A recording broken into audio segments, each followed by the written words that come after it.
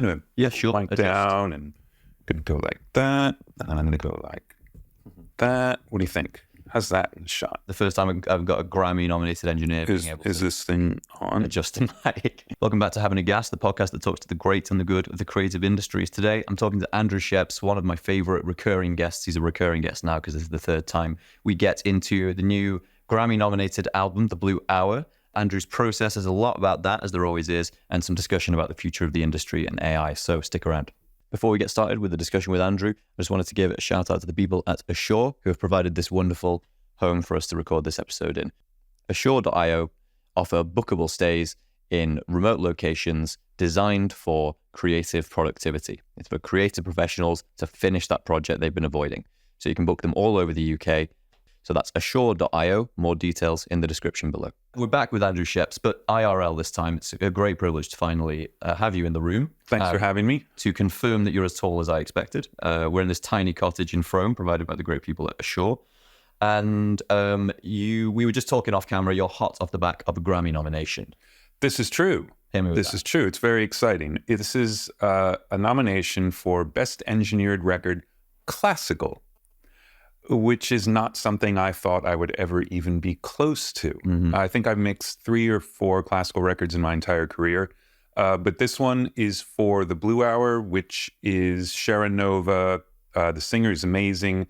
A Far Cry is the string orchestra, and then there's some sound design. 5 female composers, and the text is from a poem. It was 40 pieces? We just looked it up. Yeah. 40 separate pieces. They all sound kind of different, and I am shocked that I got a nomination along with all the other engineers. It's not just me. But yes, really, really proud of that record and amazed that it's been, recognized in that way. It's great. It did sound cool. So vote for me. So this is to the Grammy board, the voting board, watching Having a Gas? Well, this is it's the entire voting membership, so it's thousands and thousands of people. Right. Is it like so in the same way that if you're in the Academy, you vote for the Academy Awards? Yeah, exactly. But the Grammys, one thing I've always noticed is it's just huge. It's a huge ceremony. There's about 400 categories, and about 100 are televised or something like that. Oh no, not even. I mean, the actual the TV broadcast, I think they give away 10 or 12 at like most. Album of the years, but all day before that, in a smaller hall, they're giving out all the other awards. And it used to be almost like a really big meeting room, so it was kind of weird. But now it's actually in a theater with pitch seats. Yeah. Maybe it's pitch. I don't even remember. But it's nominated for Best Reggae Album for a Ziggy Marley record that I mixed. And so we go to the pre-show because that's going to be one of the things. And because of parking, we got there, 25 minutes late, and I'd missed it. Really? Yeah. And it's just done and that's it. Yeah. So, I mean, I don't know what order they do them in, but it's because there's so many categories and a lot of them are genre specific. Yeah. And the people who are in that genre are so excited that in a lot of ways, I enjoy that pre-show. And then there's a nominees reception the night before, which is just amazing because it's people from all over the world in categories you didn't even know were there, but they're all super interesting and everybody's really happy. Yeah. So it's great. Well, I remember seeing there's something from every genre and it can get really esoteric. Like in, for example, jazz, I think there's like best solo and like best performance, best arrangement or something like that. But it does sound like the dream, like you say, for beyond the 10 categories, which are the center of the media attention. Everything else is presumably people who are more or less living the dream. They've kind of got to that apex and you can feel the energy. Yeah, absolutely. I mean, in some of the smaller categories, it ends up being a lot about name recognition. And so you don't know how much people are really scouring the stuff that came out. But they're also good about, like, I can't vote in every category.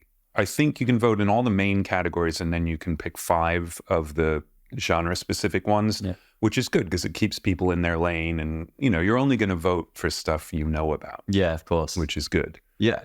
But so back to the record. We were just listening to a bit of it there. And, you said that you didn't expect to be getting any attention for classical. And I can kind of see why, because everything where your name comes up, it's generally with live band. Generally. Certainly on the mix of the masters, which we're going to give a big shout out to, just because that was more or less gas music. It was like our training ground for how to mix, and it's been an amazing resource. For like $30 a month, you get like university level education in mixing. And I think it's like a 90-minute tutorial where you mix a song from scratch. But again, it's live band setup. Why or how is classical different when you're working on it?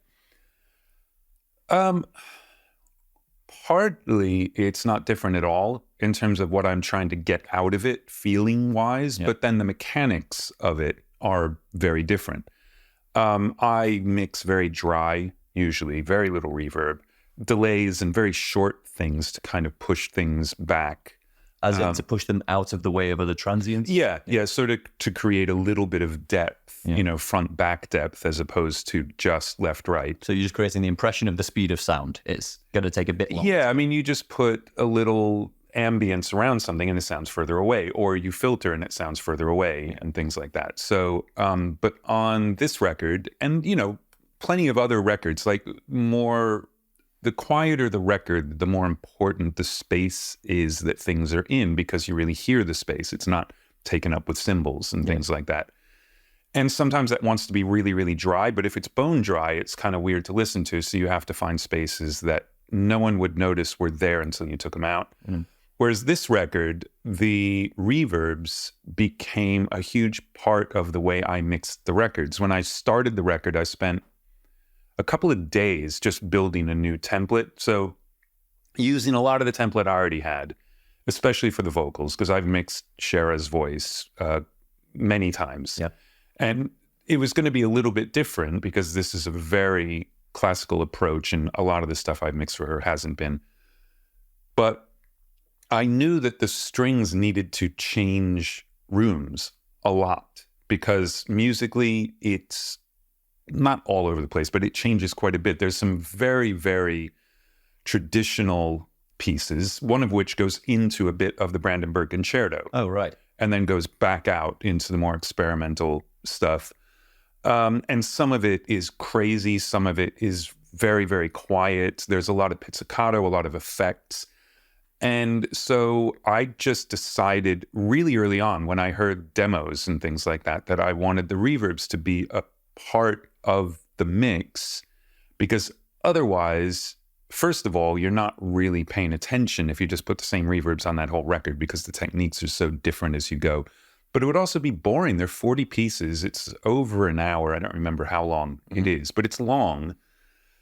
And you don't want people to get comfortable.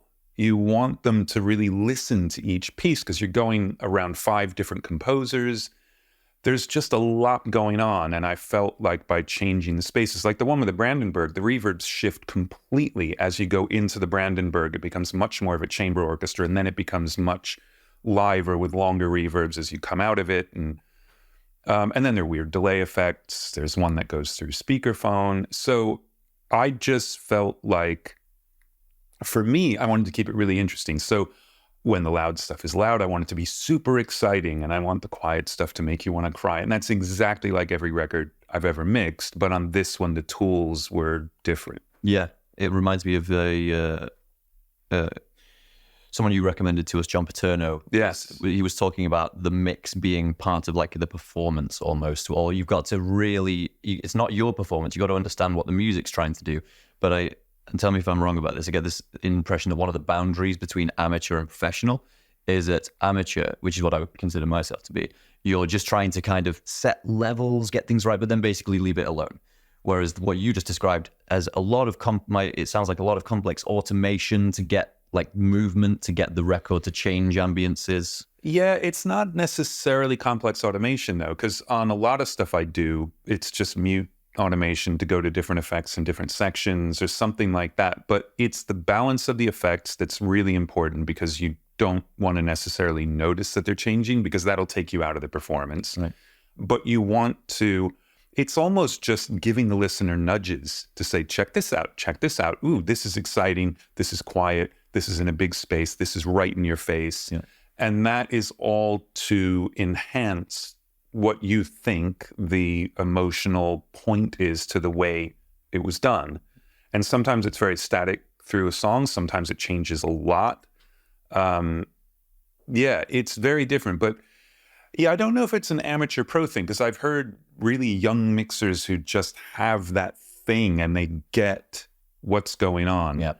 And it's not always complicated. Like Al Schmidt, probably arguably one of the best engineers ever in the history of engineering ever. Unbelievably simple mixes. But his balance of reverb and then his level balance are just perfect. Rudy Van Gelder, same thing. Those Blue Note records he did, 50s and 60s, are just incredible. And sonically, he's not changing a whole lot. I mean, obviously the recording, they're amazing at that as well. But the mixes are very, very simple. But what that means is the tiniest change and it's not as good. Yes. But with Al, I've been able to be in the room while he's working quite a few times. And it's just these tiny, tiny things. And all of a sudden it just slams into 3D. Yeah. And it's incredible. And he's done. And it takes him, keep hitting the microphone. And it takes him minutes. Just going to wind down and going to go like that. And I'm going to go like that. What do you think? How's that in the shot? All right, we'll see how that goes. It's good to have the first time I've got a Grammy-nominated engineer being able to this thing on? Adjust the mic. It sounds like, so there are a few things to pick up on there, but it sounds like I was incorrect about the difference between amateur and pro is that amateur is fixed and pro is dynamic. It's more that pro is you're sensing the intention of the music and trying to push it further into that. Ruben Cohen said the same thing about mastering. He's like, you're trying to get, so if the intention of the music has been well captured by the mix and enhanced, then the master is supposed to just add that extra bit of connecting to the audience. And like a good director, you kind of mentioned this, a good director on film gets you, without you knowing it, to direct your eyes towards stuff. You're doing that, but it's like you're focusing the oral attention. Yeah, and I'm not bothered about the stuff that you were implying an amateur would go for, where you sort of have some checklists that you go through and make sure that stuff is right. Yeah. And I don't care because it's right until it's wrong. Yes. So as soon as it bugs me, it's wrong and I got to do something about it. And a lot of that's traditional stuff, but the entire point of the mix is emotional. Mm-hmm. So, I mean, I probably said this last time, that my sort of internal definition of mixing is you're solving emotional problems with technical tools, because that's all you've got. It's easy to say, oh, I'm going to make it so exciting. Well, how are you going to do that? Yeah. It might just be level. It might be EQ. It might be effects. It might be panning. I mean, it could be a million different things, but it's what's appropriate to that song at that moment and that element that's within the song. And that's going to be different every time. You have a template, so you've got, stuff that works more than once, but then you've got to build bespoke stuff. And it's wrong because it just doesn't feel the way you want it to feel. Yes. And you are... You're also bringing into play the idea, you've said it's technical, which gives the false impression that it can be taught by, a kind of mathematical process. You always want to, not as simple as you always want to be hitting a certain level, but your snare should always be in the center or whatever, something like that. But it sounds like there's a membrane you kind of pass through when you get to a certain level, which is you are not at all being prescriptive. You know the techniques well enough that you can forget about thinking about the techniques, and you're guided by emotion and trying to react instinctively and impulsively. Yeah, I mean, I actually think that education is a great way to start, because the whole point is you need to know your tools well enough that you don't think about them. Like you just said, as soon as you start thinking about the tool you're using, you've lost the perspective on whatever it was you were trying to do. Yeah.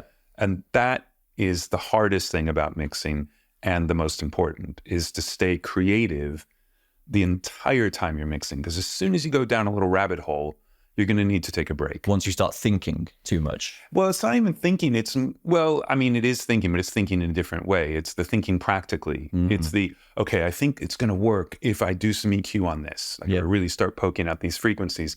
And then you're like, whoa, should I use a dynamic EQ or whatever? And unless you make that decision quickly, it's going to be very hard to hear if you're actually accomplishing what the point was in the first place until you get away from it and come back. Yeah, there is. Everyone talks about this in the creative sphere, the kind of the decay of excitement for a creative impulse.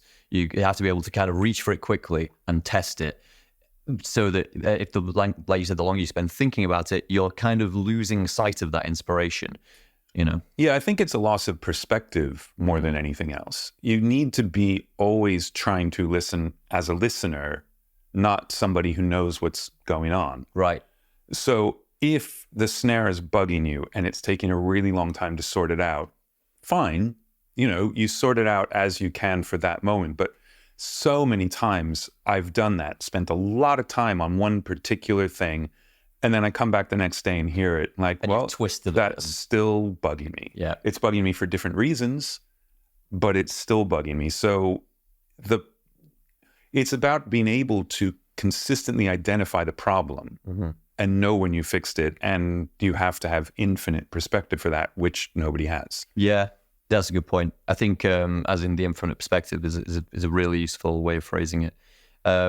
On the personal level, I think mixing is something that it's never going to be my wheelhouse because of, I think, attention. Like, as in, you know, I'm one of the ADHD cohorts, and it's very, very difficult to stay on something for a long time. But kind of what you were saying there is you don't want to stay on one thing for too long, but it's more that in the middle of solving one problem, you feel yourself trying to go off and solve another one. And then you go like, I'm trying to do the snare. Actually, the low end from something else is getting away. Let's go fix that. And wait, now something else is bugging me. I do that all the time. Okay. All right. So how do you manage that scatterbrain? I don't. I just assume that if something was bugging me before, it will bug me again later. Okay. It's not like something's going to get lost. Like, oh, I forgot to do this. Everything that needs doing raises its hand and says, I still suck. Yeah. And then the other thing is that if you spend too much time cataloging what you don't like, you might be wasting time on stuff that it'll turn out doesn't matter. So I think in a way, being a magpie is actually not a bad thing because you're drawn to the stuff that's bugging you the most. And when you keep sorting that out, other things become less important and kind of be whatever they are. Whereas if you really spend time on that thing, then it would almost become too important, and then you'd probably feature it a little bit more, but you've lost the song because you forgot about the thing that you wanted to go deal with. You know, it's just a matter of always trying to focus on the big picture, which means the thing that's distracting you is probably more important than the thing you're working on. And if it isn't, you will come back to the thing you just ditched. Right. So that's like a case of trusting your attention, trusting what's pulling you towards it. Yeah. And the thing you have to do on every single mix, if you're going to work that way, is to not kid yourself that you're done. You've got to come in fresh, you hit play, you get all the way to the end, and all you want to do is listen again because there's nothing you want to change. That's the signal. And then you send it out and, you know, you get a million notes back. It's not like it's the perfect mix, but it's, as soon as there's something that bugs you, well, then you're not done mixing. So you mix some more and you wait until a fresh listen can go by and you're great. Yeah. How do you, I want to get back to the, I'm so sorry I forgot it. The Blue, what's the record called? The Blue Hour. The Blue Hour. I keep wanting to say the Blue Nile because that's a band. Yeah, of course. And our founder is obsessed with the Blue Nile. So we'll come back to that in a minute. But one thing that I find eternally distracting, and I don't know if this is just me, I'm hoping that some in the audience will find this useful, is how to switch off the visual cortex. So I watched your mix of the masters, and for example, you're in, I will find the tutorial I'm talking about and link to it because I should remember the name of the band. On the guitars, you know, you dial in a Kramer Pi because it gives it some nice mid-range saturation. But I noticed whenever you were doing stuff like that, you would kind of not be looking and just trying to only listen and go, yeah, that's right. Yeah, I've kind of got this open mouth thing. Having the videos is terrible. You don't like being constant. You know, the listening face or whatever. Yeah, I think it's also, I keep things kind of small and my screen is pretty high resolution and it's a little far away. So like, what would I be looking at? Right. You're trying to make it more difficult to obsess about. Well, no, I'm not trying to make it more difficult. My eyes are making it more difficult. But it's more that when I need to find something, I want that big checkerboard of audio and it's all color-coded and it's really easy to find things. Again, not to fall out of the creative flow of, I need to fix that. Where is it? But there's not much to look at. Like if you put that Pi plugin on and you just, or it's actually the HLS, I think the Helios EQ, where you just switch it in and you get a little bump at that frequency. You switch it in, like, what are you going to look at? There are, 4 knobs? Yeah. So, there's nothing to look at. And I think the other thing is that when you are looking at stuff, it doesn't matter. Like, there are people who will get scared when they realize they've just added plus 12 at some frequency. Yeah. But that means there was really almost nothing there, but you want to hear it. So maybe you need a second EQ to get plus 30. I mean, who knows? It doesn't matter unless it sounds bad. So that's the visual thing I think you can get in trouble with. And for performances, when you're recording, the visual is definitely not something you want to look at because, and that's, I never show grid lines. Right. Ever. I will sometimes work on the grid and I will push drums to the grid, like whatever, if that's what's appropriate. But don't give yourself a visual reason to do stuff. When you say you'll never show grid lines, you mean like you will never be, okay, there's the perfect quantized tempo, and I need to be trying to push the performance into it? Or? Yeah, just in Pro Tools, there's a button to show grid or not, and it will extend grid lines across the audio so you can see it. And that is, it's off because it just makes the screen look messy to me, but it's good that it's off because I will never say, oh, well, look at that. That's early. Like if you take the Funky Drummer sample, which is on 5 million records, and put it against a grid, it's everywhere. The John Bonham snares late every single time, and that's what makes it heavy. Yeah.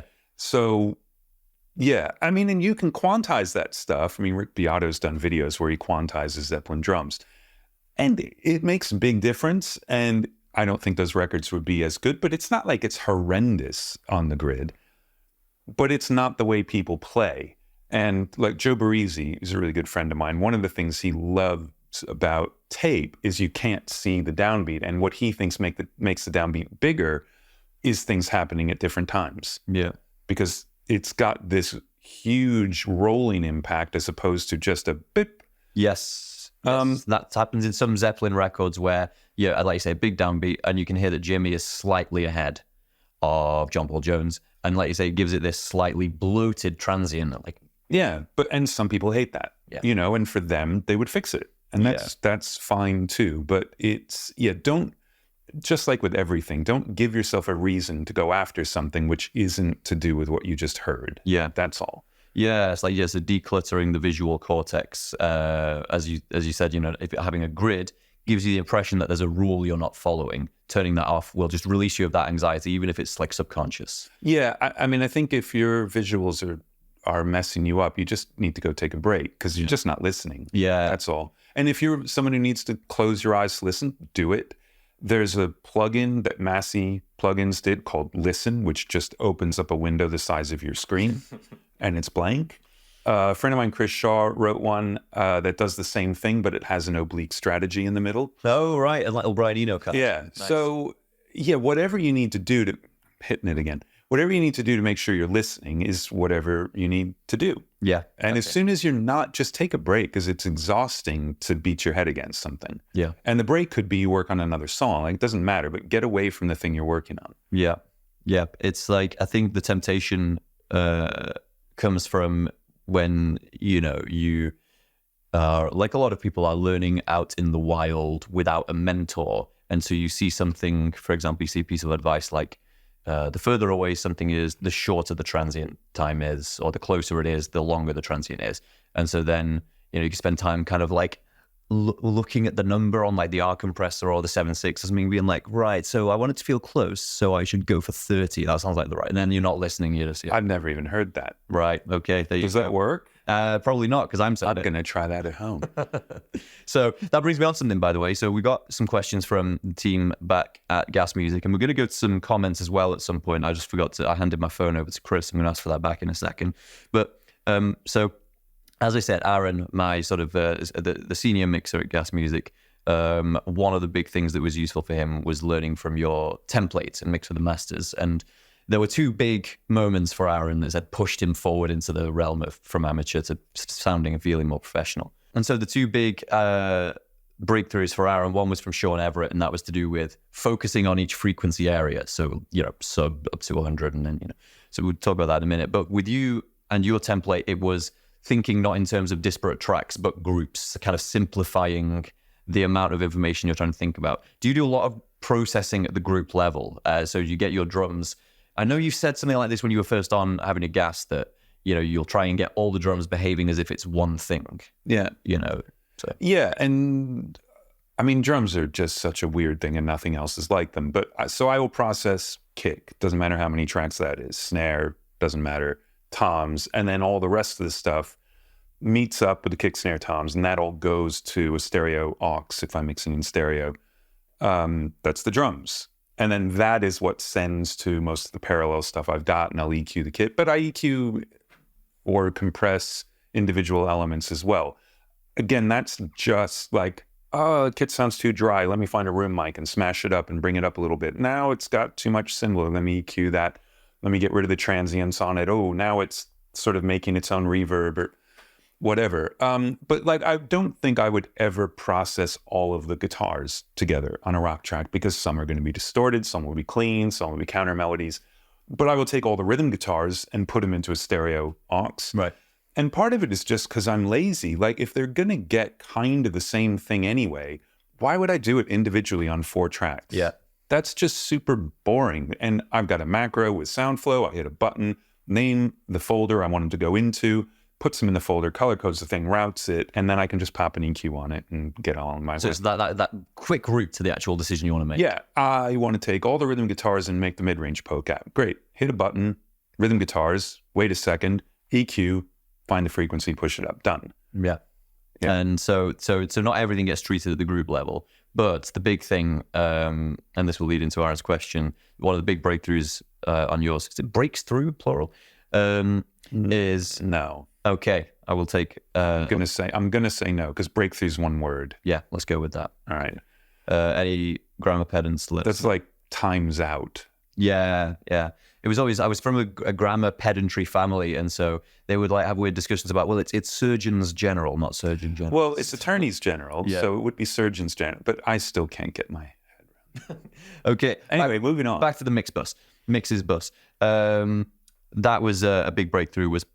There's a lot of processing going on at the mix bus level, and you describe it as the sound of your console. I've heard other people describe that as not necessarily referring to your process, but when we just described it abstractly, we have a pretty dense mix bus that is very much influencing the sound. There's a kind of a left-right compressor in 50% wet. There's a bit of stereo widening at around 10K and all of this stuff. And someone said to us, that's kind of cheating. You're doing a lot of the mixing right at the top of the mix. Who says it's cheating? It's probably someone who believes that there's a rule, a correct way.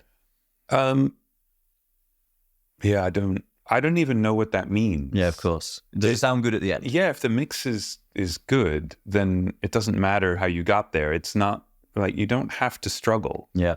There's some mixes, like one of the My Brightest Diamond songs, that's the band that Sharonova, the vocalist on a classical record, has. I work on things alphabetically when I start a record, because that's just what I do. I like to work on the entire record. I open up the first song. I don't know how long I worked on it, because I didn't remember even the next day. But when I got back around to that song the second time, it was done. Mm-hmm. Everything else needed tons more work. I was just sort of prepping the rest of the stuff. But that song was done. And you could tell because nothing annoyed you. So let's say I did all of the processing on the individual tracks, but still it only took me an hour and a half. Right. Is that cheating? Yeah, it's like the result is the same. Does it matter which road you went down to get? Yeah, because then templates are cheating, because that has processing in them. But I don't think anybody who mixes a lot doesn't have things that are tools that they use that are more complicated than a plugin. Yeah. I mean, my templates got some pretty straight ahead stuff and then some really complicated stuff that I spent a long time to build for something, found out they were useful for other things. So I need to build that from scratch every time. Yeah. I don't agree with that at all. And I think that it's like, if you want more top and bottom so that the mid is up to you on that mix, well, great. I've got a happy face EQ on my mix bus. And that way the mid range is the thing that I'm constantly making decisions about. and I'm super specific all over the mix on that. But there aren't that many things with low end. Yeah. I get rid of the low end that's in the way off of things just because I hear it as being in the way. And now I got more low end. Like, it's fine. The difference between boosting something at 30 hertz or 40 hertz, it either sounds good at 30 or it sounds good at, I really don't see it that way at all. And at the moment, I don't have any dynamics processing, but I think I've got 3 or 4 different things that EQ. I mean, sure, I could probably put all that in one EQ, but that's just not the way it evolved. Yeah. And then I see them as layers of sonic something. And I don't necessarily even really think about them as EQs. Mm-hmm. They're color to the mix. Yeah. And not because they're, pretending to be vintage EQs or something. Like, it's not that. It's a character that you find. Some of the curves are complicated. Some of them are really straight ahead. And it's just like, I'm not really sure about this. And so I turn on one of the other ones, and it either is like, oh, great, that's the thing, or that's totally wrong. I now need to go figure out why it's totally wrong. Mm-hmm. But yeah, I don't see being prepared to mix and staying creative as cheating. I would really argue strongly that that's kind of the opposite of what it is. I think the idea, when we were discussing this with someone who was resisting the idea of mix bus processing, was suggesting that treating the entire stereo mix at the end of the chain is some kind of lazy behavior, when we were saying it because we were subordinate to this person's expertise. So obviously there was a bit of a power dynamic going on. But he was saying, it sounded like the implication of his suggestion could only be that in order to achieve a big cohesive glued sound, you always have to do that just by working on each channel, and you can never do anything at the stereo bus level. I mean, look, if that person does great mixes or just likes their own mixes, mixing that way, then absolutely. But yeah, to have a concept of what you should be doing technically to do a mix, it's just, it doesn't make any sense to me. Yeah, it's whatever is the best path for the song to feel the way you want it to feel.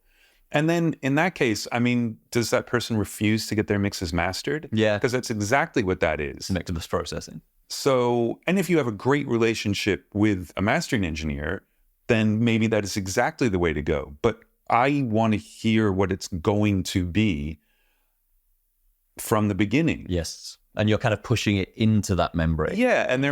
It's not like I'm slamming into lots of compressors, because literally there's no compression on the mix bus. There's a limiter at the very end. On most mixes, it's just catching transients because they've never been compressed on the way there. So you have to do it. And even my parallel compression is very quiet lately. Mm-hmm. I'm not using that much. That's just where you are at the moment. Yeah, and that could change, But yeah, nothing is cheating. Absolutely nothing is cheating, because you don't get a prize for the most complicated mix. Yep. You don't get a prize for the most simple mix.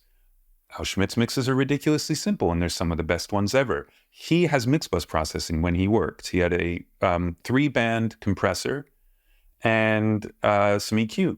So, is that a problem? He's one of the best engineers in the history of engineering. So, yeah, it's not that I disagree and think, well, no, it's not cheating because that's cheating. I just think there's no such thing as cheating. Yes. Period. Yeah, it's like, it sounds more like what you were describing off mic when we were at the beginning saying this. People who are at the top of an industry, let's say, or the bigger they are, you said something like the more relaxing they are to work with, or relaxed they are to work with. Not always, but generally that's the rule. And there's there's a layer beneath, or how to put this? The further you go towards the top, the more likely you are to assume that anyone above you is kind of hacking or cheating or doing something. Yeah, I mean, that's a really different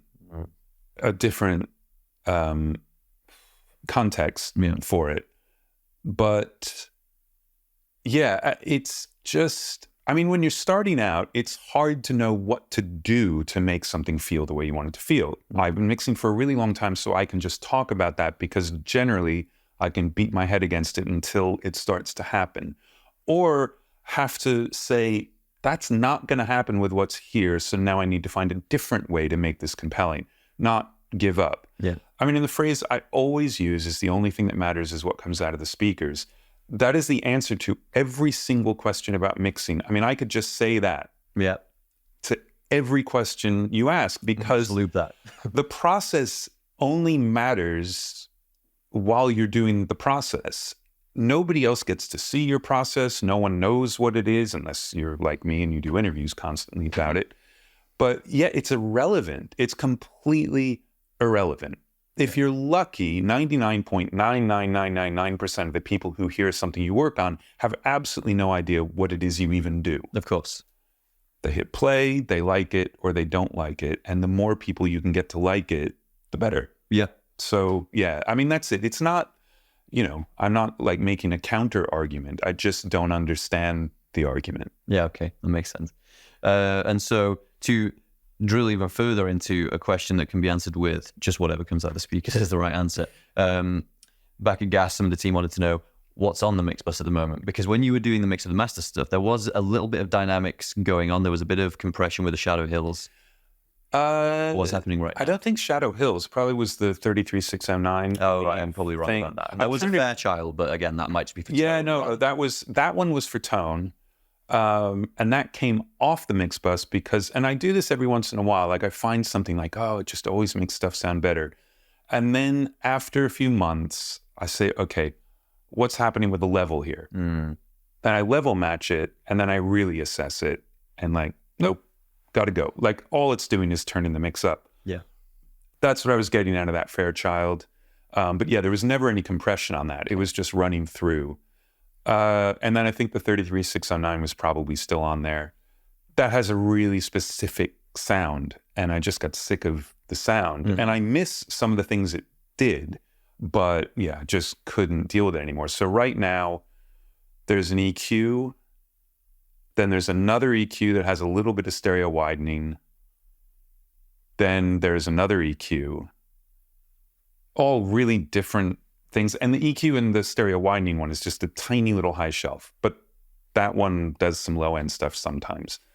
And then I'm sure I talked about this before. I've got a reverb that's 15% wet that is in a way kind of doing the job that the compressor used to do by gluing. People love the word glue, so we'll use the word glue. Yeah. It glues things by smearing the stereo spread, and it just mushes stuff together in a good way. Yeah. And then a limiter. That's it. That is, you mentioned gluing there, and it is it's a colloquial metaphor that's really caught on. And there's very likely to be no layman in this audience, but for any that are, I guess it's describing the really subjective feeling of something feeling like lots of different elements to feeling like it's all been like shrink wrapped or surrounded. Well, just that it all goes together, because I think, like, if you go listen to the Steely Dan records that everybody, holds up as some of the best sounding records ever made, and I wouldn't argue that at all.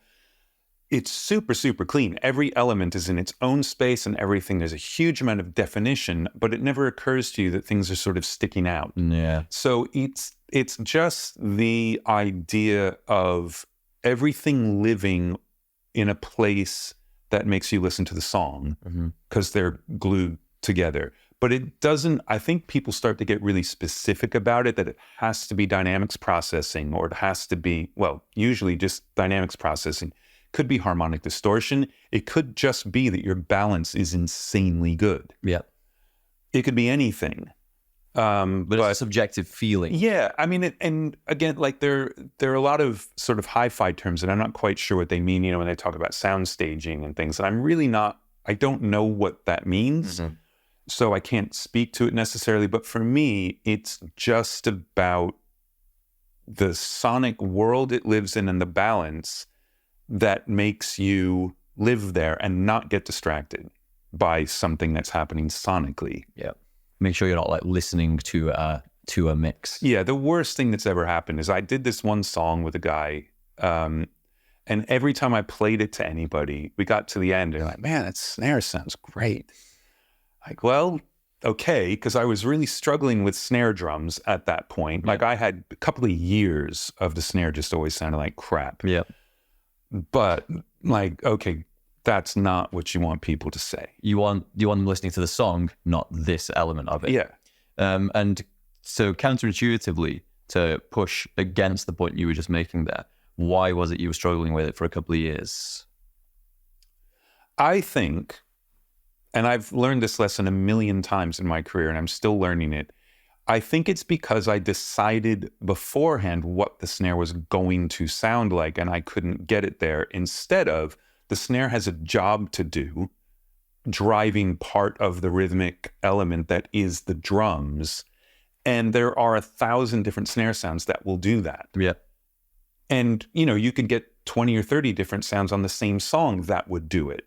But the ideal one in your head is most likely only going to work on a very small percentage of the songs that you work on. Mm-hmm. So it's just stopping having sort of preconceptions of what stuff should be. And it's something, and I've seriously only just kind of gotten this concept straight in my head, and I'm still not always living by it. But whatever you pull up first is going to sonically inform everything else that you do on that mix. The mix, in terms of how it feels, that's something I get to check with stuff in my head when I listen to the rough. Mm-hmm. Listen to the rough and like, oh, can't wait to do this, or that's going to be amazing. And sometimes you don't do those things, and sometimes you do. But I'm never thinking, like, when I bring up the kick drum, I have the way the kick is going to sound. It's like, bring up the drums and like, ooh, this could be a really thuddy kick, and this needs to be a pointy kick, or whatever. I need to make sure I can hear the little roughs on the snare in between the big hits. And so that's the important part. And again, it's just, you know, the only thing that matters is what comes out of the speakers. But yeah, when you're really bummed out that the snare drum you're recording or mixing doesn't sound like Steely Dan, for instance, then you're struggling. When you really not accept defeat with the way the snare sounds, but accept the world that snare is in and make it great. You make it work, optimize that record, as opposed to thinking it's something, a bad habit we fell into a lot at Gas was saying like things like, that snare is wrong, that kick is wrong. If you're using samples, that could absolutely be the case. Just, you know, go through some others. But it's especially on a live drum kit, it's how much transient is there, how much decay is there, how long is the snare, and how bright is it? Yeah. Those are the three things. Well, and then you could say how much body, like 200, you know, lower mids. Those are the four characteristics of a snare drum. Yeah. Right? How hard does it hit? How bright is it? How much body does it have? And how long does it last? Yeah. Does it kind of take you to the next kick drum, or does it hit and stop, or whatever? But those are concepts. They're not sounds. Yeah. Other than bright and, you know, body. But again, that's going to be different because it'll depend on what the kick is doing. It'll depend on what the guitars are doing. And again, it's all in context. You know, oh, that snare sounds great. Now you put it in the guitars, they eat up all the mid-range, and now your snare sounds dark. Great, another 16 dB at top end. Brilliant. Fine.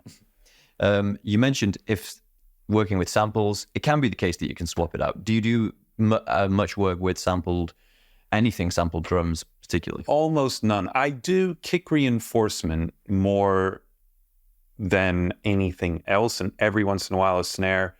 And if toms are a problem, like the recording is either not great, or sometimes there are no tom mics, or sometimes there's so much cymbal in the toms that you really can't chop them because you really hear the cymbals come in.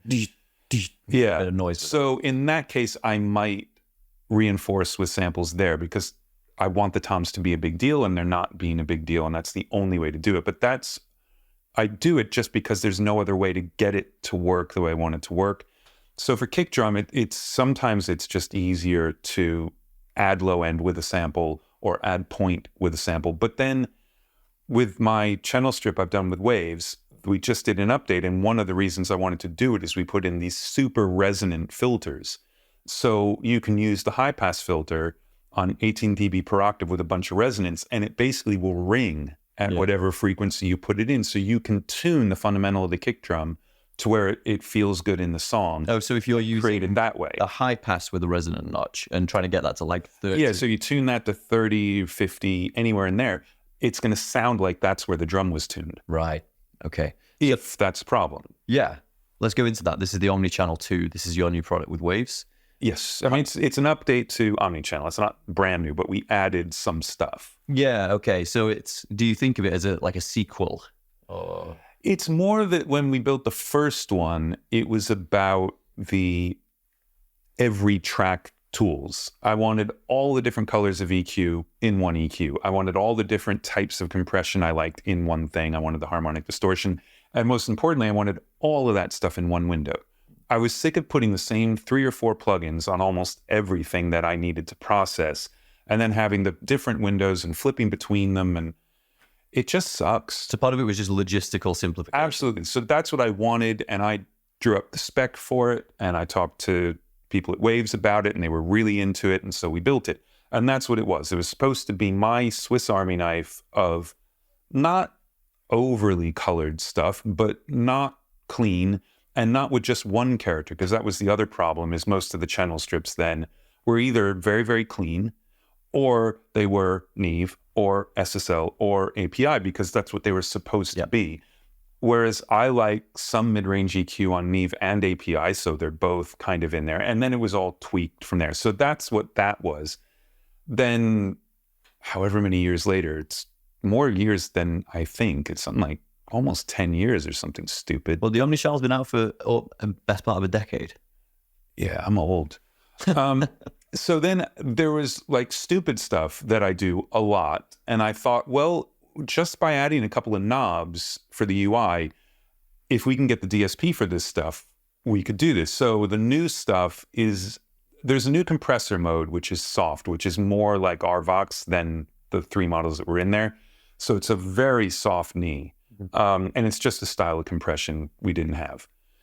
But then there's a 4th harmonic distortion mode, which destroys things, absolutely destroys things. And it's not really like a lot of the destruction stuff you can find elsewhere, because the other ones will get really, really bright as you go, whereas this one actually gets darker as you go. Yeah. And then with the filters, we put in 18 dB per octave, which you don't have to have resonant. You can just use them as steeper filters, but they have adjustable resonance, and they get crazy when you use the resonance. So you can create the bottom end of a kick drum just by dialing in the high pass. And then with a low pass, quite often I will use the crazy distortion and get it super crunchy, but it has no top end. So then I'll use the low pass with a bunch of resonance and dial where I want the top end to come back, because it gets this big peak. So just short of whistling, just wide enough where you don't really hear a frequency, and that will add top end back onto the destroyed thing that you like just made. A resonance to just give a little bit of air. Yeah, I mean, if you think about synth filters, as you make them more resonant, they start to whistle. And they whistle at the frequency because it gets so narrow. So keep it just wide enough that it sounds more like EQ. And not like a specific than a resonant peak. And then, it just adds top end back in. But it doesn't really manufacture it in that case, because it's just, you're using that as an EQ. Mm-hmm. Whereas on the low end, you're manufacturing it. That frequency may or may not even be in the kick drum recording. So it can actually put in frequencies that aren't there. Because it's ringing. Right. Okay. Yeah. So it's not generating. Anywhere near that frequency will set off the ringing. Right. Okay. I'm excited to try that out now. Is it available as part of the Wave subscription? If you have Omni Channel, you have Omni Channel 2. It's just the next update pushed it out, and there's a 2 and a few extra knobs. So you've designed it to be that you can rearrange the series as well, and what goes into what in the right way. But it's interesting, when you're talking about harmonic distortion, saturation, that is always one of the things that has bugged me, again, with the impatience, is most of them you dial in and it just becomes like extremely bright and very harsh. And was part of your intention with this to give some kind of saturation that doesn't immediately offend and can... Well, I mean, unless you're cranking the knob all the way up, I don't even think you should necessarily really notice it. Okay. The way I describe it, and maybe this is technically wrong, but I think it makes sense, is if you're going to EQ something and it's recorded very, very clean, you basically have the fundamental and the harmonics, and that's it. when you start adding harmonic distortion, you're creating more stuff in the harmonics of that thing. So EQ becomes more noticeable, which means it's easier to just EQ, and then you can pull the thing down, and that mid-range will pop out through a track. Whereas without it, you end up having to be really specific about the EQ, and it's going to change more as you change chords or notes or whatever. So it just gives you more raw material to then shape with compressors or EQ. Right. So you're not looking at the distortion as we distort and then leave it. It's like it's giving you just more. It's just stuff to work with. I mean, look, it's what everybody loves about analog is that you get harmonic distortion for free. Yeah. You start pushing any level through an analog circuit, you get distortion. And it sounds really good. And you wouldn't say, ooh, that's distortion. I mean, clipping is distortion. Like, okay, now we're squaring the thing off. But it's just a subtle thing that makes it sound bigger. Yeah. So that's what it's supposed to be. Well, it's interesting. There's a quote that did the rounds on Instagram recently. There's always some strain of thought that catches fire and goes around like mimetically. And a recent one was, it's always Brian Eno, it seems, some quote about the imperfections of the technology of your era will eventually become the character. And you're talking about distortion, tape saturation. Obviously, we know there's a lot of that to be used out there. But I saw a real vindication of this idea when I was talking to Jeff Ellis. He said, I've been talking to the guys at, I want to say Isotope, but don't quote me on that, about trying to model the clipping of Pro Tools versus Ableton versus Cubase. They all have a slightly different clipping sound. And so at some point, we're going to get nostalgic for the digital distortion. Yeah. So. Yeah.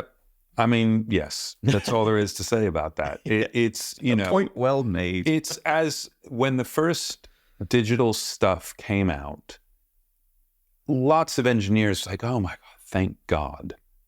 And the story, it's not even a story, but the thing I always reference is, and anyone who used to do lots of sessions on tape will remember this. Now, they may not remember it in the same way that I do.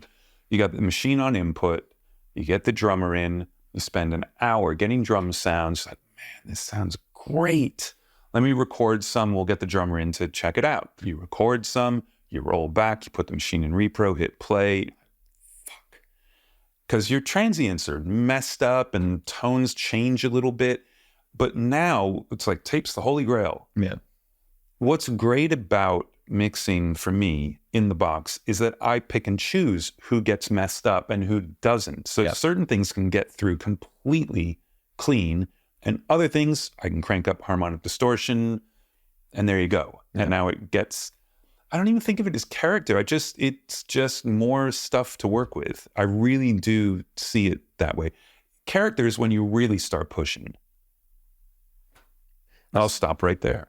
You didn't think I was going to stop that? I didn't. It didn't look like a hard stop, but there it was. No, I saw that. I mean, to be honest, a thread of what you've been saying recently in the last few minutes, you know, you're trying not to hear it, but to get the information. We were watching Dave Pensado and Jason Joshua as well. I get the impression that Dave's like, you know, this beloved kind of patriarch of the mixing world, like, you know, a very gentle character. I'm going to try and get him on the podcast, but he's so busy. Jason Joshua was saying like almost all the moves have got to be like, you know, it's not a hard rule, but you're not trying to make each mix move really big. You're building small things on top of each other. Does that ring true for you? Yeah, for the most part. I mean, like that's the rule of live sound. Something can be really messed up, but just move it slowly. Okay. Because otherwise everyone's like, what the hell just happened? Instead of like, wow, that's too loud. And then they forget about it because it's sinking down and all is well again. Yeah, you do not want the mix to distract the listener, period. And big moves usually do that unless they are something that's like, wow, but it's to do with the song. Yeah. You know, one snare hit that's got way more reverb than all the rest of them, or spring reverb. I mean, that's dub. But it's always in service of the listener because it's cool, not because check me out, I put a bunch of reverb on that. Yeah, of course. And spring reverb as well has, you know, you said dub, it's got this kind of delay-ish feel, doesn't it, because of this vibrating. But should we just briefly talk about, because I did say I was going to get back to it, you were talking about sculpting and designing the reverbs for the Blue Blue Hour. No, I was going to say River that time. The Blue Hour, sculpting the reverbs for the Blue Hour, because it sounded like there was a lot to go into there. And then we're going to go to some questions or comments from the broader world, which is going to be exciting. But yeah, talk to me about the process of designing these reverbs, because you said you're not really a reverb guy. Yeah, I don't.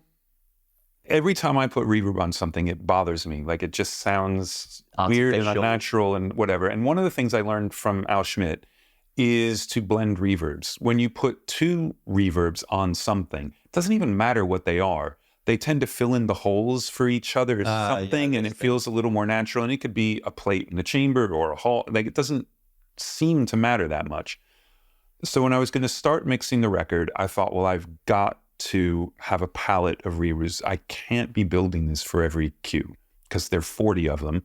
I want to have a starting point. So I decided I'm going to have 6. Okay. So I started, one was Mechanics Hall, which is one of the best concert halls in the world. People love that hall. And there are models of it in a couple of different reverbs. I think I either used Altiverb or Seventh Heaven. I don't remember. One of them, Mechanics Hall. Great. Sounds great on strings. Fantastic. And the other 5, one of them is like the SP 2016 room, so an Eventide room. One of them, I built like 2 weird ones. One of them, I think I was using the gigahertz, is it Megaverb? I hope so.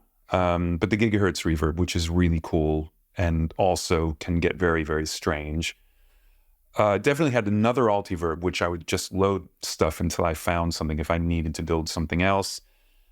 And I don't remember what the others were, but I spent time doing this. And then the very first thing I would do is, after doing tons of grouping and routing, because some of those pieces, there are 5 recordings of the string orchestra, because like, okay, we want to get the harmonics separate. On this one, the bass pits are such a big deal. I want to get that separate. But we recorded all the mics every time because you want the room. You don't just want close mics. So there could be, 80 to 100 tracks of orchestra. So everything is grouped by section and grouped by pass, and then they're VCA. So I just have pass 1. And if I need to dive into it, I open the folder, and then it's sections. And then within that, I've got individual mics. What are you referring to by pass, by the way? So just, it's not takes, because we would use them all. Okay. It's layers. Got it. So you'd have one layer that is basically them playing the piece, but we would have dropped out a couple of things to then record separately as an overdub. Okay. And then there's a lot of sort of murmuring and group singing, and that's the orchestra, which when they perform live, they just do it while they're playing. Oh, right. But we wanted that separate because I was going to treat it separately and things. So it was basically overdubs to the main string thing. And then the first thing I would do would be to just try and find a space that made sense for that piece. Yeah.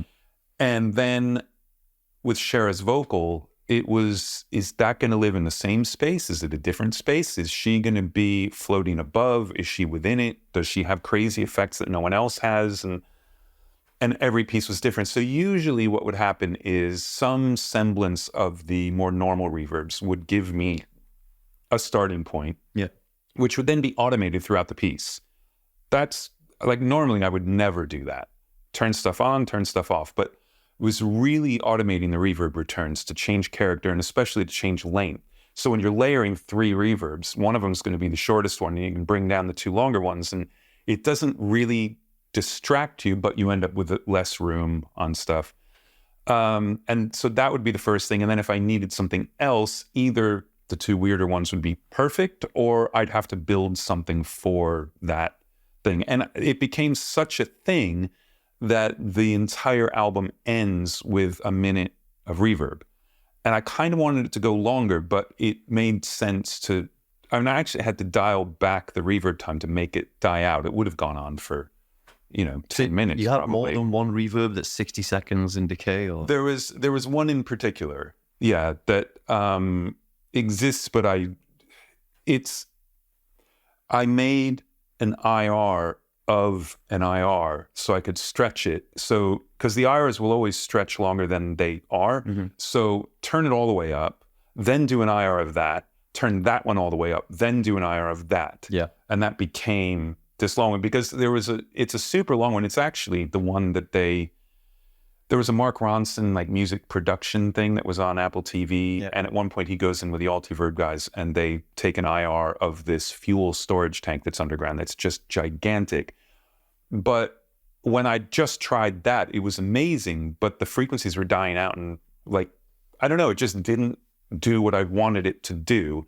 So then I came up with this concept of just stretching it and it becomes more unnatural and it starts to ring more because it's just a really weird reverb. Yeah.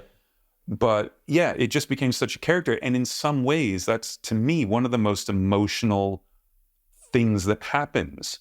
Like there's very, very specific small things that are just rip your heart out with either the lyrics or the writing. But then to end at this spot where you've just been left in that world, because otherwise the album just ends. You're like, oh great, what am I going to listen to next? But you need a moment to just process. But this is the the sensory deprivation tank while you decompress from having listened to the record. So, and I'm overthinking it. Probably most people don't react to it as viscerally as I do. But yeah, so that's my reverb project. Yeah, as the one making it though, yeah, you have to think about it a lot more than the audience is going to, of course. But it sounds like the way you described just a stretching an impulse response and then getting an impulse response of that impulse response. And I understand now why you say IR to shorten it. First of all, how do you actually take an IR of an IR? Like, what's the brute technical way of doing it? Well, the same way you take an IR of anything. There's Altiverb gives you a frequency sweep thing. You play it through the thing, and then it processes it and gives you an IR. So it's all happening in the box. You're not having a microphone and recording. No. This is all a plugin that I'm taking an IR of, and then loading that impulse response into the same plugin. Yeah. Cranking that one up, taking another IR, and then using that impulse response as the reverb. Right. It reminded me of John Hopkins. Are you aware of John Hopkins? I've mentioned that artist before. So it's an interesting electronic artist signed to Domino Records, and he makes, I guess, like very, very dense, high attention to detail, for want of a better phrase, kind of, intelligent dance music. So it's kind of more, it's not like more accessible Aphex Twin, but I'm just getting belabored. I'm getting too bogged down describing it now. The point is, well, square pusher with 4 on the floor kick. There you go. Yeah. We'll say that. Yeah. But go listen to the kick in Open Eye Signal. That's a one for the audience.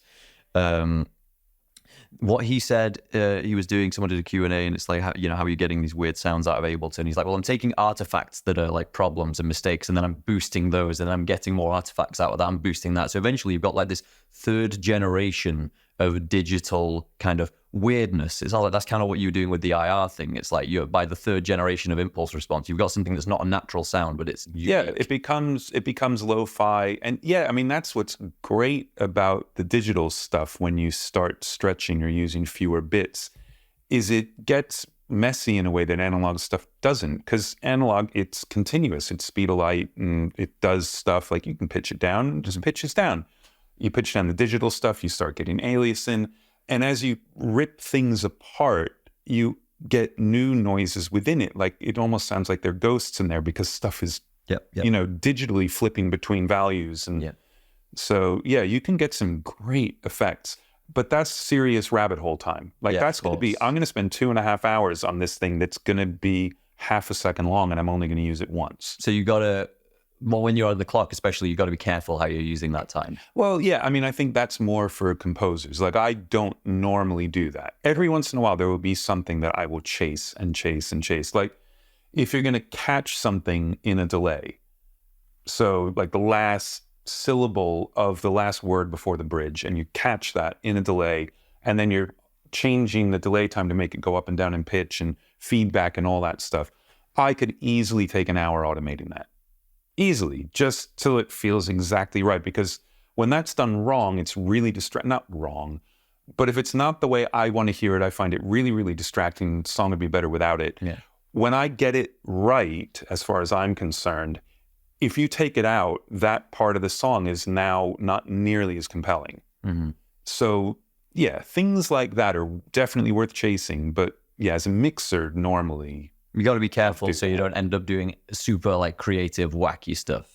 Well, I mean, it depends what your relationship is with the artist too. I mean, sometimes that's what you're supposed to do. Yeah. That's not mixing. That's when you're sort of Producer. popping back into production for a second. Yeah. Yeah, like Sean Everett's definitely one of those, like does loads of crazy stuff. But that's very much his vibe. That's the brand he's built. Yeah, and that's why people work with him. Yeah.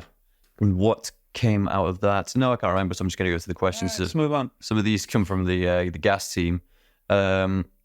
So my iPhone updated last night, and now it's giving me this what's new in notes. So fantastic. We've already covered what was on the mix bus. That was from Aaron. Aaron also would like to know what is the parallel processing that you're doing with vocals right now. Let's talk about the Blue Hour. That's the same as it's been for years and years and years. So there's a parallel Pultec LA2 Pultec chain, which there are 1,000 videos on the internet where I talk about what that is. It's basically crank up a bunch of 8K, compress the hell out of it, take out the 8K, add some low end, and you've taken out all the low end of the pre-EQ, and then you just blend that in. And it ends up being this kind of slab of mid-range that is parallel instead of it just being the entire vocal. And so it just really evens out the vocal, but as with all parallel compression, you've still got the uncompressed vocal. Mm-hmm. So that's first. Then there's still this concept of the rear bus, which is everything except drums. It's like an extra mix bus that you blend in. Yeah. And there's a stereo vocal crush, which is LA 1176, all buttons in, just very spitty, and it's like an aggression or a presence. Yeah. But like I said earlier, that stuff is much, much quieter than it used to be on my mixes. So for a while, all of that parallel stuff, I would send to it at 0 because that's the quickest way to get stuff to it. So it's a copy of what's going to the mix bus, goes to the parallel compressors. Those compressors had some level that I'd set over time, and then they just sat there. That's what came into the mix bus. Then a few years ago, there was a mix and it was like, it's too much of the parallel thing. And I added a VCA that controls the returns of all of the parallel stuff. And so that was at 0 in my template, and then I would turn it down a little bit and whatever. Then I noticed it was ending up at -12 or below, -17 a lot of the time. So now it's actually all the way down in my template, and I only bring it in if I remember. And a lot of times I don't even like it. So strangely, there's very little parallel processing on my mixes now.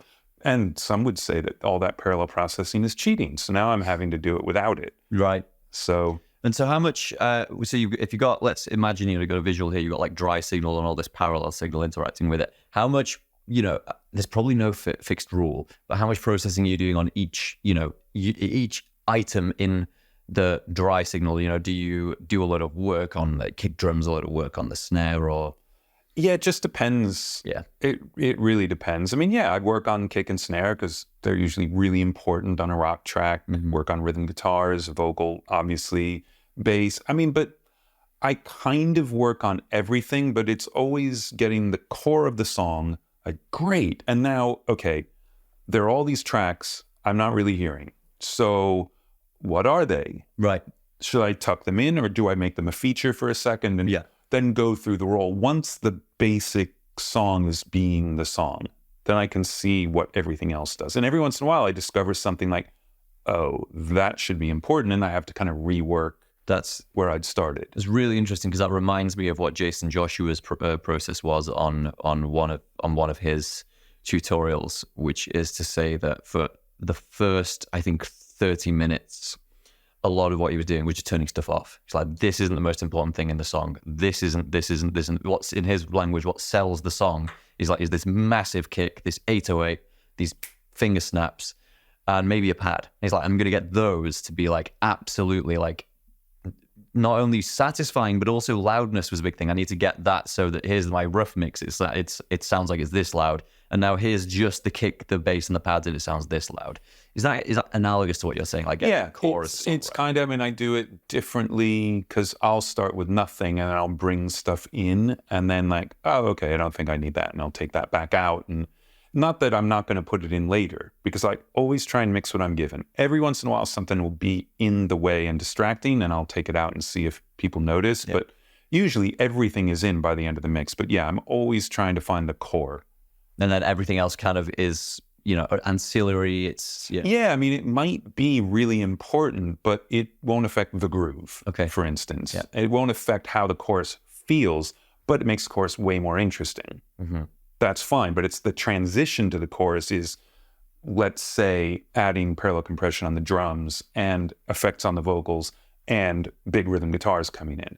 Like, okay, that's what happens with the chorus. Now I've got 15 arpeggiating guitars. How am I going to deal with that? Should I make a stereo thing that's panning? Should I just find an arrangement? Yeah. Oh, as in, should you just find a place for them? Or yeah. Yeah. But all that stuff is secondary to this kind of spine of the song. Yeah. Yeah. Without the spine, the rest of it just doesn't matter. Okay. Yeah, because it wouldn't be able to stand up, to belabor a metaphor. Yeah. So vocal parallels. This may be a bit of an extra question, which is a word I've not used for a decade. When did you last use outboard gear? You mean for mixing? The Ziggy Marley record. So that's when I was coming off of the console. Yeah. And I still use some hardware inserts on that record just because I did. Yeah. So when was that? That's a long time ago. Yeah. So it's all in the box now. Yeah, and I mean, it has been forever. And for almost all people, it is anyway. Like now, it's rare that you find someone who's console oriented now. Yeah, I mean, and if that's what gets you excited and makes you creative, I have nothing against it. But there are people who don't believe that I mix in the box. Yeah. But look, Serban, who's arguably one of the best mixers ever, especially for pop stuff, he's the king. He's been in the box his entire career, as far as I know. Yeah. I don't think he's ever used outboard gear. Yeah. So there's no discussion to be had. If you want to use it, you can use it. Yeah. If you don't want it, don't use it. Yeah. Yeah. I mean, the main thing that people can't believe about you is headphones, isn't it? And I know you've talked about that a lot, so I won't grill you on that one. But yeah, at first people were like, "How can you mix on headphones? How can this be possible?" And the answer is, as with a lot of your stuff, if it works, it works. Yeah, if it works, it works. And I think that the argument for it, especially for people who are starting out, is most likely you can't afford great speakers, and you're certainly not going to be in a really well-treated room acoustically. Yeah.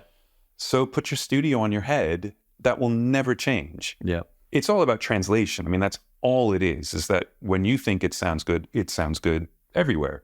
And by sounds good, I mean feels good and works and, whatever.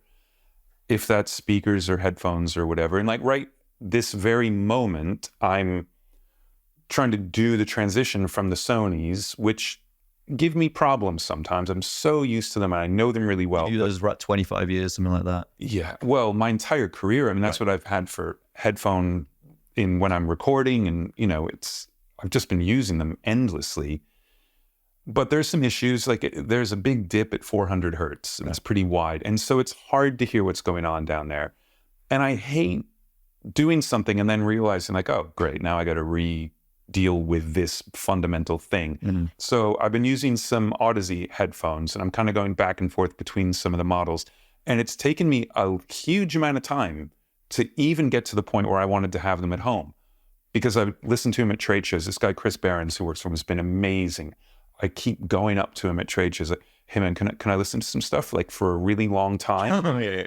And it's like, yeah, no problem. And so I think that will happen, because the only thing I want is to be able to work on the headphones and not then have created problems I have to deal with on something else. Right. So you're hoping for like relative flatness.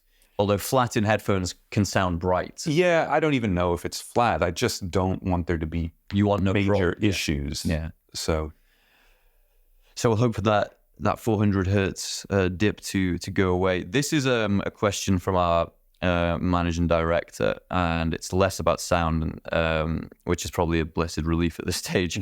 Which is, you work with a lot of artists, you work with some of the best in the world. Now, often you're not working directly with them. I know you've been in the room with John Frusciante and people like that, but you're not always. Sometimes it's just coming into you. Despite that, of the people you've worked with, who would be in a super group? Who would you like to see perform together? Maybe something you've never thought about. I mean, Audio Slave was that super group. I mean, not that there's anything wrong with Zach, but that was like, when I heard that was happening, I was desperate to work on it, and to be able to actually work on that was incredible.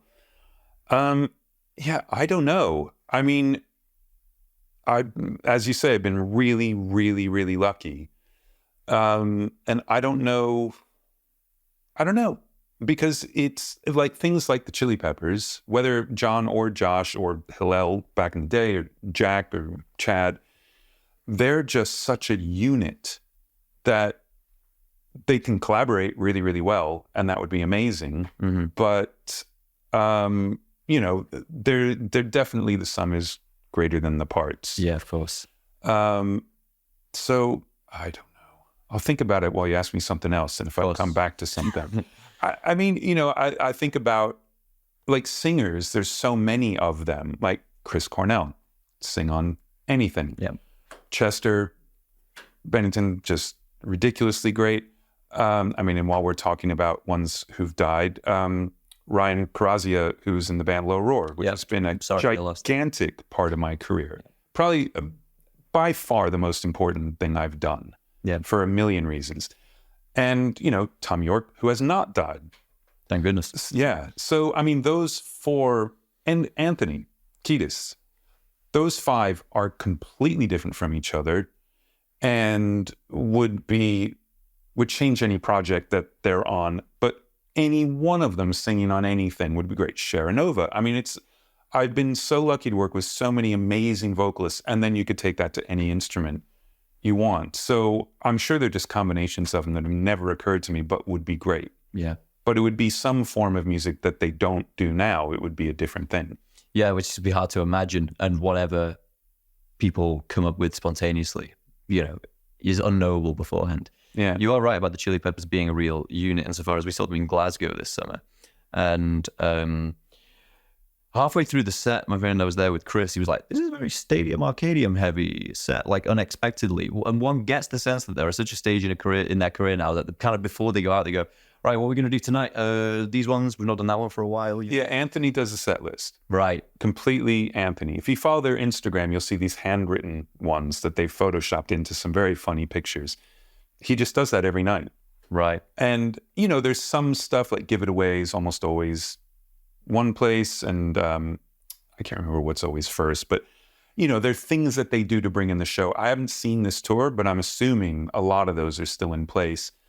But yeah, it's just what he feels like singing. And the thing that's amazing is he gets the flow of the set right every night, and it's different every night. He designs like a narrative for it. Yeah. And I don't know if it's intuitive or what, but I mean, they will stick in, like, there was one show I was at where they played Skinny Sweaty Man in a Green Suit, which, if you don't know it, go listen to it. It's very short.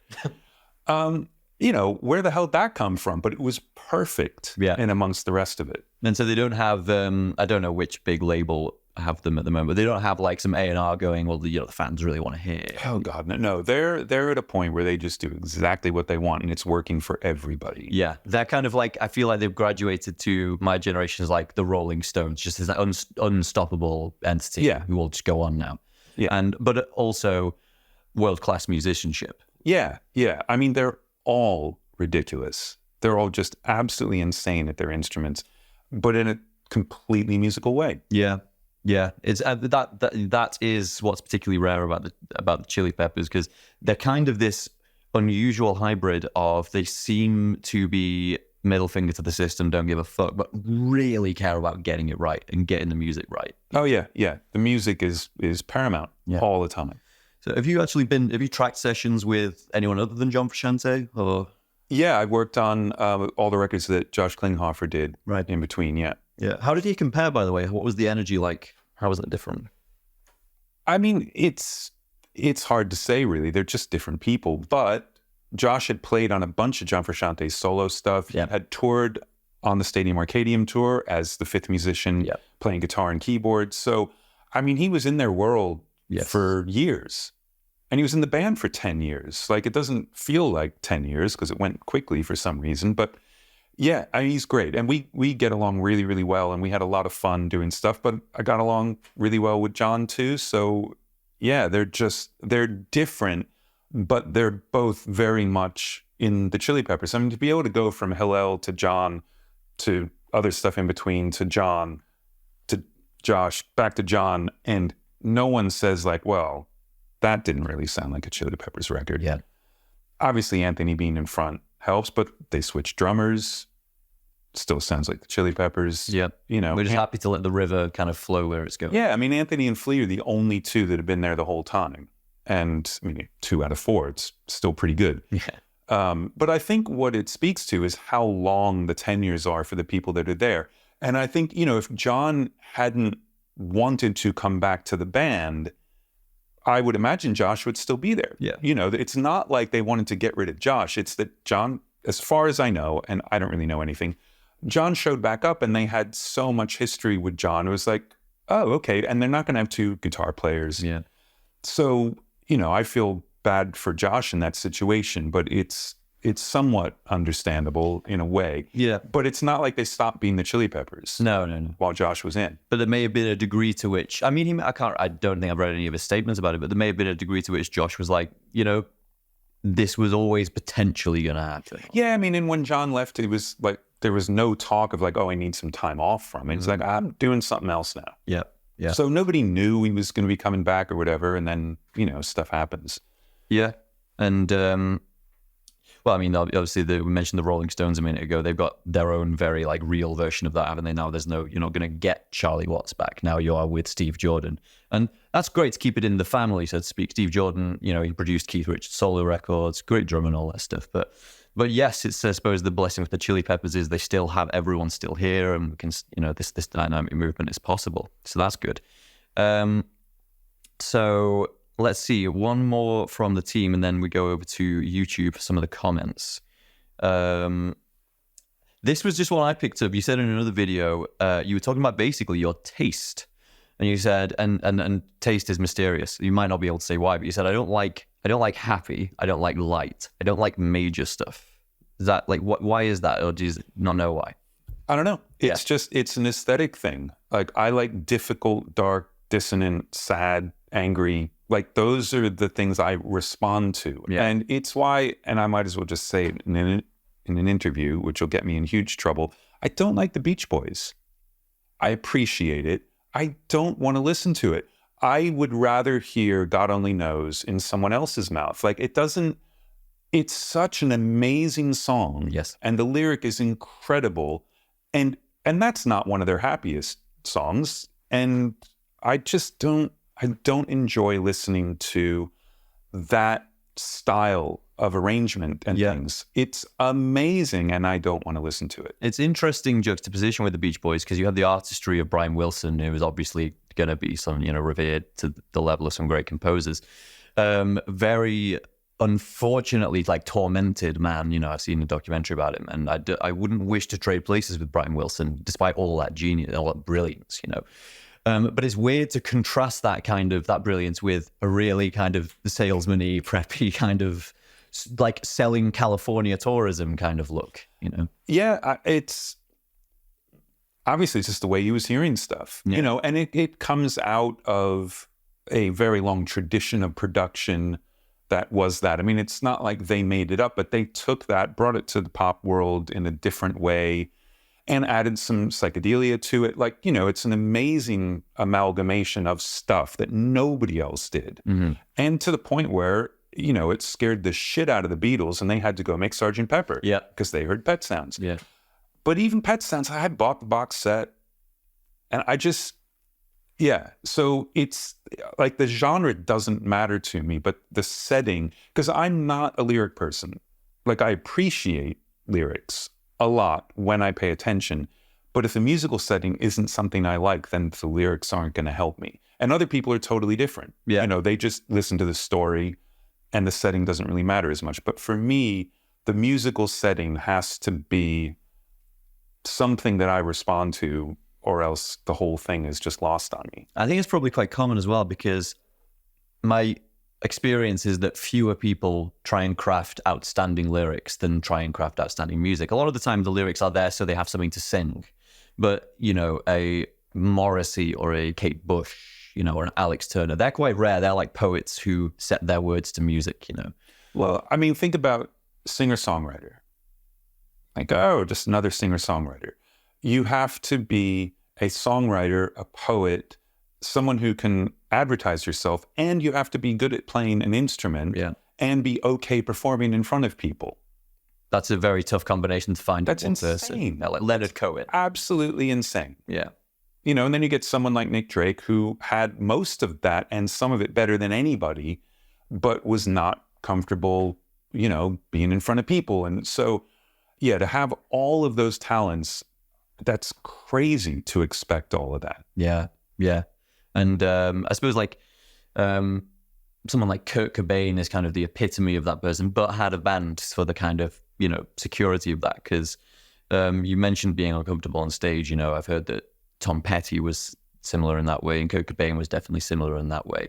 And I get the impression that there are some artists who, if they could, would rather not have the whole spectacle and show. I think it's, in some of those cases, though, it's not necessarily being in front of people, it's the fame. Like with Tom York, I mean, very famously, he just didn't like the fame. And I think the being in front of people is great, especially in a small club and people are into it and you have this connection. Yep.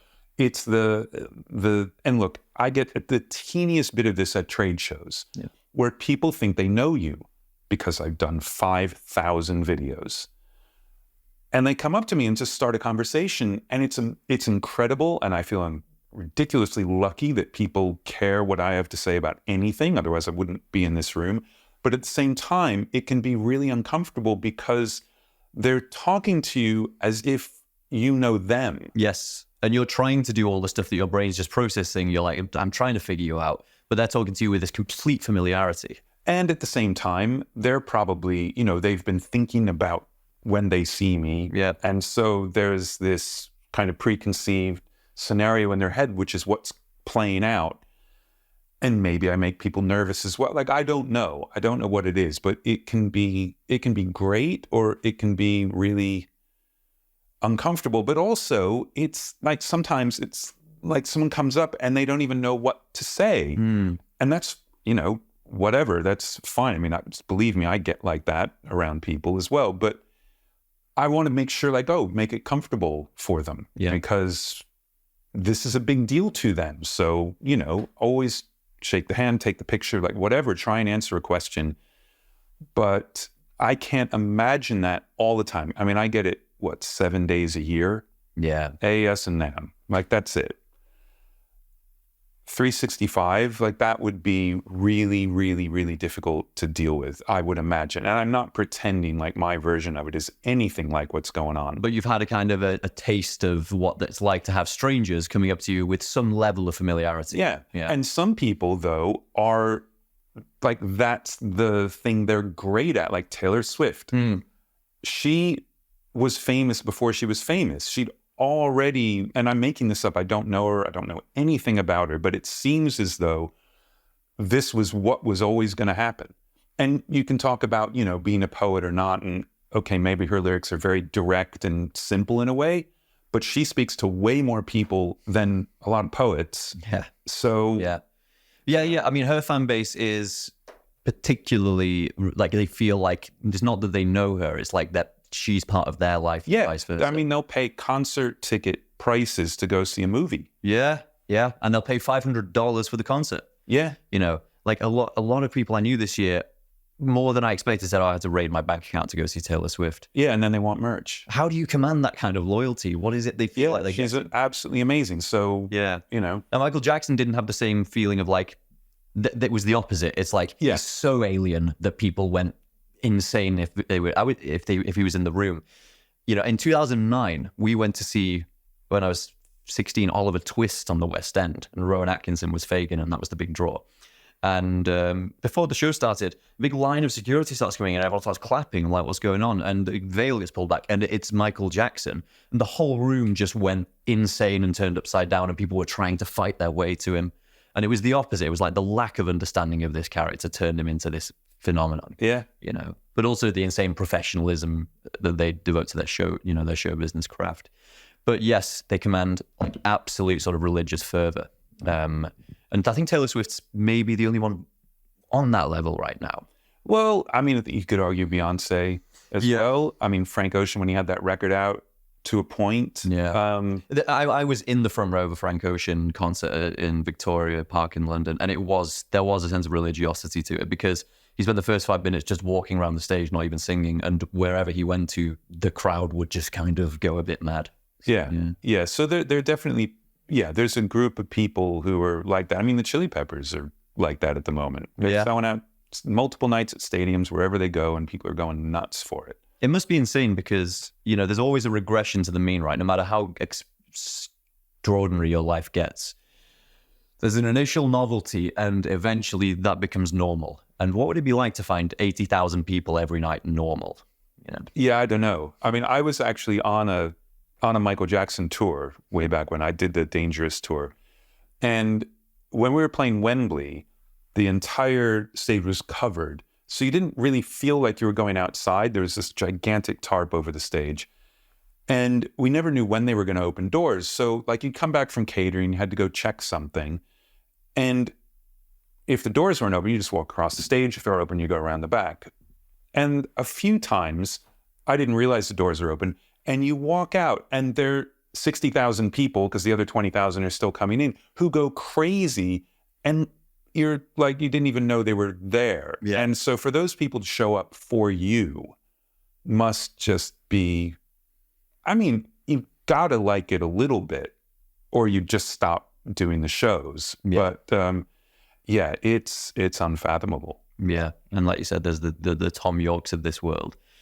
Would clearly like a life like any one of us have, where you just walk around anonymously. Though he seems to have completely come to terms with it now. Yeah, I suppose after 30 years, have you seen the documentary from the OK Computer talk? Oh yeah, that's how meeting people is easy. Yeah, and that's where he's very much not comfortable with it yet. Yeah, but not quite at the level of like sort of Kurt Cobain. I probably should start making that reference because it sounds a little bit dark. Let me just go to some YouTube comments here. From the first video, the reason that this is the third time you've been on Having a Gas is not only because you give great conversation, you're willing to talk and just can talk. You can go into these rabbit holes. It's also because we got a lot of response from when we made cut downs of your stuff, and we were like, wow, there's actually like hundreds of thousands of views here. This is unexpected. Which is why we're fabulously wealthy. Of course, yeah, that's why this is a made up set. We're actually at Pinewood Studios, and there's like 12,000 people here. So basically, I just wanted to go down some of the top comments, and they're not really questions as such, but interestingly, like you said, it's not a practical thing, but it's a creative thing. But like one of the top ones here is like, I love Andrew because he is so practical about mixing. And that's a sign off. Like 67 people have liked that. Right. Well, but like I said, it's an emotional thing, but you have to use tools for it. So you need strategies. Yeah.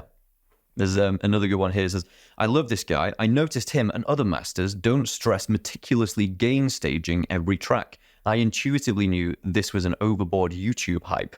It's necessary when you have an issue, but a complete waste of time if you're constantly looking and applying it, in my opinion. Yeah. I mean, the gain staging thing is something I never understood. In analog, super important because every piece of gear has a maximum level it can put out. And as you approach it, it will clip and do all kinds of things. All digital processing now is floating point. So if you know what that means, it can be as loud as you want if it isn't something that has a threshold. Obviously, dynamics processing, you got to know what level's going in, but you'll see it slamming if you're going in too hot. Like, I think that needs to be something that's intuitive. You just hear like, oh, I'm smashing something somewhere. And then you find out where it's too loud and you deal with it. But I don't think there's anything that will inherently get you a better mix by gain staging. But maybe I'm wrong. I'm not even quite sure what the process would be. So I don't want to say it's a myth, but I don't get it. Yeah. And that was the thing, we put a particularly clickbaity thumbnail on that one with your face saying, I never gain stage, and that provoked. Yeah, well, and that'll provoke another shitstorm on it. Well, I mean, you said something about AI recently and you were like, and I'm going to be wrong about this at the end of it, because you just can't, everything's such a moving target. You can't make predictions at the moment. Yeah.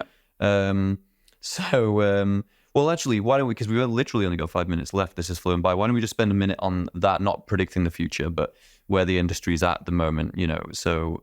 Well, here's something interesting. So last week or the week before was the Audio Developers Conference, which is mostly people who write code that does audio stuff. So a lot of people from plugin companies and researchers and just ridiculously smart people. Yeah. And for some reason, I go as well, because I've written a little bit of software, but nothing like on the scale of what these people are doing. And it's amazing. This is the second year I've gone. It's absolutely incredible. And even though I don't get the nuts and bolts of what they're talking about, I learn a huge amount. So 2 things I learned this year. So we'll go to the easy one first. So I had a thing on the 3rd day in the morning, which was billed as an open dialogue between mixers and developers, say, what do people actually need? Because I'd noticed the year before, there was no perspective of the end user. It was very much about technologies that were available and what people were going to build. But it wasn't, I mean, you know, and obviously all of the companies that make stuff have feedback. Yeah. But there didn't seem to be a huge emphasis on, wow, we've heard from a lot of people that they really need this tool.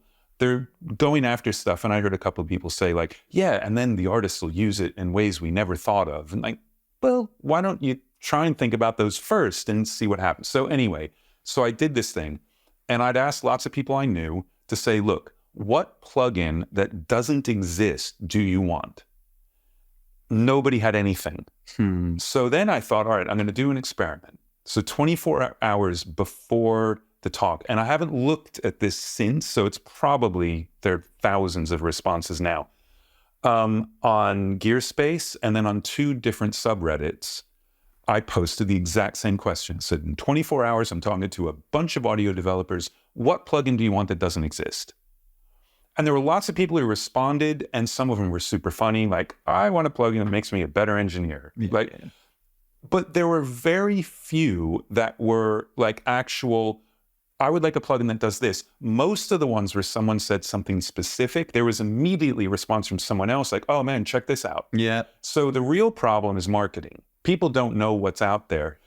So basically, we have all the tools we need. We need people to be really creative, like write the song we've never heard, come up with a workflow, because it's not necessarily going to be some audio processing thing that's never happened before. It's going to be the way it's presented, the way you want to do it. That's why Freak Show Industries is one of my favorite plugin companies in the entire universe.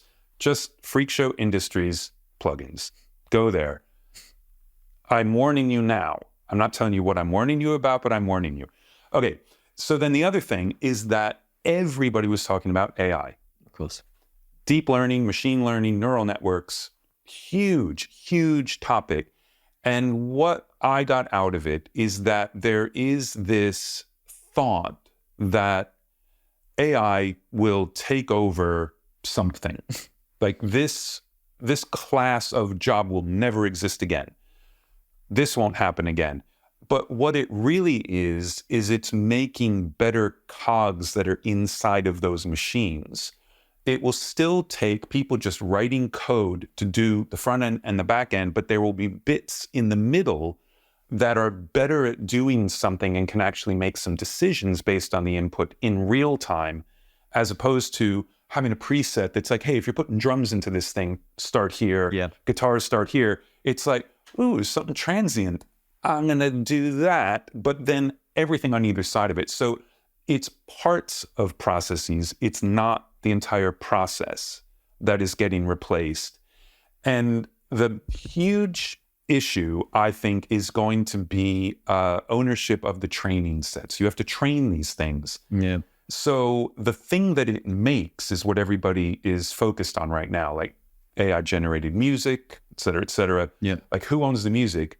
I don't care who owns that music. Who already owned the music that they trained the thing with so that it now generated this music? And how do you tell what they trained it on? So there was the famous case of someone making a track using Drake's voice. Now, I went on YouTube, it was like, how to... That guy was there. Yeah. Yeah. I went to an hour-long presentation where he talked about that company, and it's hilarious. You basically just give it a phrase, and it does a Drake song. Now, the music, I asked about this. The music is all original. They've written themselves a library of music. It is only the deepfake voice and the lyrics that are AI. And it's hilarious. But, okay, so that's a greeting card thing. You're not putting on a record that is the Drake thing. Now, still, Drake should be making money. But it's like, how do you tell, for example, so I just went AI, how to make AI clone voice. 5 videos tell you how to do it in 5 different ways, and it's easy. It's like, as long as you can get a sample of someone talking or whatever for about 60 to 90 seconds, you'll be able to do it. It's like, how do you know which bit of data they used to make the Drake voice and who owns that? And is it an interview or is it actually a record? That's going to be so hard to like scrutinize. It's going to be impossible. And I've talked to a couple lawyers about it, and there will never be laws governing it. It will be case law. So someone will sue somebody, there will be a decision made, that will now be the basis of the next decision that's made. It's going to be, well, all law in the UK. There's no constitution. It is all based on previous decisions, most of which contradict each other. That's exactly what this AI legal thing is going to be. Wow. So like, okay, I'm not legally trained enough to be able to weigh in on that. But all I can say is to prove how easy this thing is, you're going to hear me wrapping this up in the voice of Andrew Scheps, and we're going to take it from a recording that we own. So fantastic. But it's still my voice, so I own it. But I'll make sure that Andrew's saying that in my voice. I didn't sign shit. Okay, but it's been really good as usual, and 90 minutes went far too fast, far too quickly.